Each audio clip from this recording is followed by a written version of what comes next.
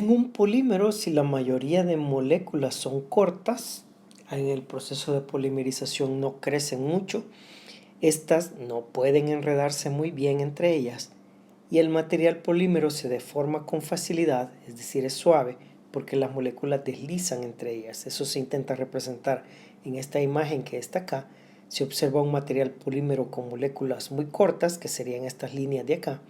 Son moléculas muy cortas y entonces esas moléculas no logran enredarse bien entre sí y este material es fácil de deformar.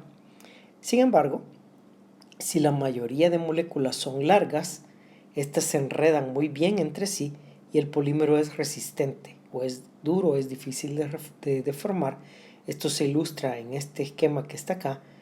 Cada línea es una molécula, esta sería una molécula y al ser muy larga se enreda con mucha facilidad con otra molécula larga y entonces el material es resistente. La resistencia de un polímero depende entonces de la longitud de sus moléculas.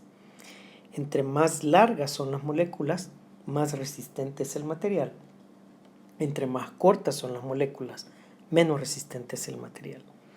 Esta longitud de las moléculas se mide, así entre comillas, con el peso molecular del material. Y veamos como ejemplo el polietileno, porque es el polímero que tiene la unidad MER más sencilla y es fácil de estudiar. La unidad MER del polietileno es esta que se representa acá. Tiene 2 átomos de carbono y 4 átomos de hidrógeno. La masa molecular del carbono es 12 gramos por mol. Esto lo obtenemos de la tabla periódica. La masa molecular del hidrógeno es 1 gramo por mol. Y por tanto, para obtener la masa molecular de 1 mol de moléculas de etileno, lo que hacemos es multiplicar la masa molecular de cada componente por el número de átomos. Entonces tengo 2 carbonos, lo multiplico por el peso molecular del carbono, 2 por 12 me da 24 gramos por mol. Tengo 4 hidrógenos, lo multiplico por el peso molecular del hidrógeno, 4 por 1 me da 4 gramos por mol. Sumo y entonces 1 mol de unidades MER de polietileno pesa 28 gramos por mol.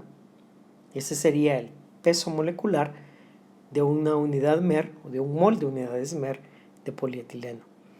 Entonces, si la molécula de polietileno está formada por 3 unidades MER, tiene una longitud de 3 unidades MER, cuando se polimerizó, cuando se formó, se unieron 3 unidades MER, entonces su peso molecular va a ser 28 gramos por mol, que es el peso de una unidad MER, por 3, que es el número de unidades MER que componen la molécula del polímero.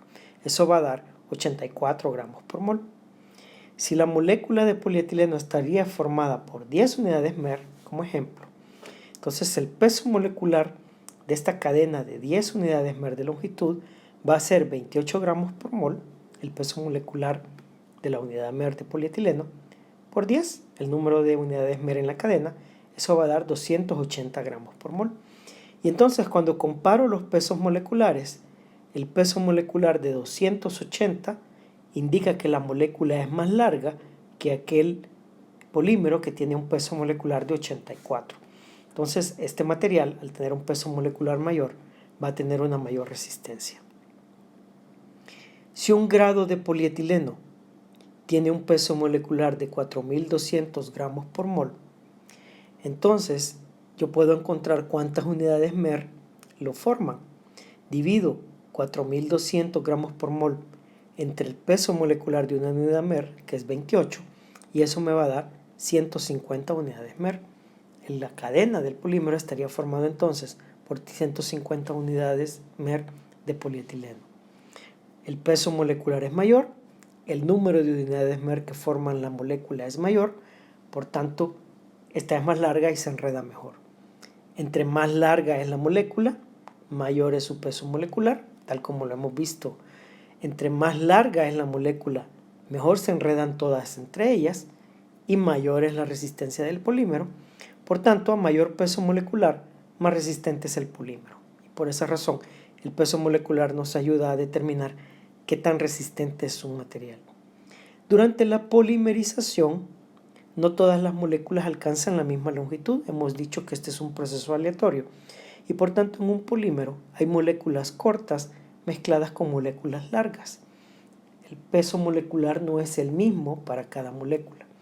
Por lo anterior, lo que se hace es calcular un valor promedio del peso molecular. En promedio, ¿cuál es el peso molecular de las cadenas que forman el polímero? Hay muchas técnicas para determinar el peso molecular. Conceptualmente, la más simple es la siguiente. Todo polímero se disuelve en un solvente. Todo material polímero tiene un solvente, generalmente es un líquido, un químico, en el cual el material se disuelve. Entonces, la muestra que se desea analizar, la muestra a la que se le desea determinar el peso molecular, se introduce en el solvente apropiado y se disuelve. Y lo que ocurre más o menos se ilustra acá. Originalmente el material sin disolver es este. Las moléculas están muy enredadas entre ellas. A medida el polímero interactúa con el solvente, se hincha y al hincharse pasamos a esta etapa. Lo que ocurre es que las moléculas comienzan a separarse entre ellas y a desenredarse. Llega un momento donde las moléculas se han desenredado entre ellas, comienzan a nadar en el solvente y comienzan a alejarse. Acá se ilustran las moléculas ya separadas del material, ya se disolvió el material en el solvente y entonces las moléculas están nadando en el solvente y estas moléculas, debido a la interacción entre los átomos, suelen tomar una forma como que si fueran una esfera. No están distendidas, no están alargadas flotando en el material, sino que tienden a formar una pequeña esfera, tienden a enrollarse, formando una pequeña esfera que flota en el material. Entonces, la molécula flota libremente en el solvente y adopta la forma de una esfera. Es posible relacionar el diámetro de esa esfera con la longitud de la molécula. Eso se hace por medio de dispersión con luz láser. Acá se muestra un depósito donde se ha disuelto un material polímero y esta parte verde sería la esfera que forma la molécula que está flotando. Cuando se hace incidir una luz láser, que sería esta de acá, la luz interacciona con las moléculas y se dispersan, y si las moléculas son largas, entonces se tiene un patrón de dispersión característico que difiere del patrón que se tiene cuando las moléculas son más pequeñas o son cortas. Entonces, de esta manera, utilizando luz láser, se puede determinar el tamaño de las moléculas y hasta cierto punto la cantidad de moléculas que hay en un material.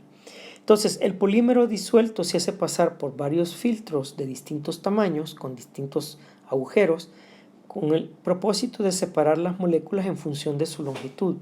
Las moléculas largas se separan de las moléculas cortas. A este proceso se le llama fraccionamiento del polímero.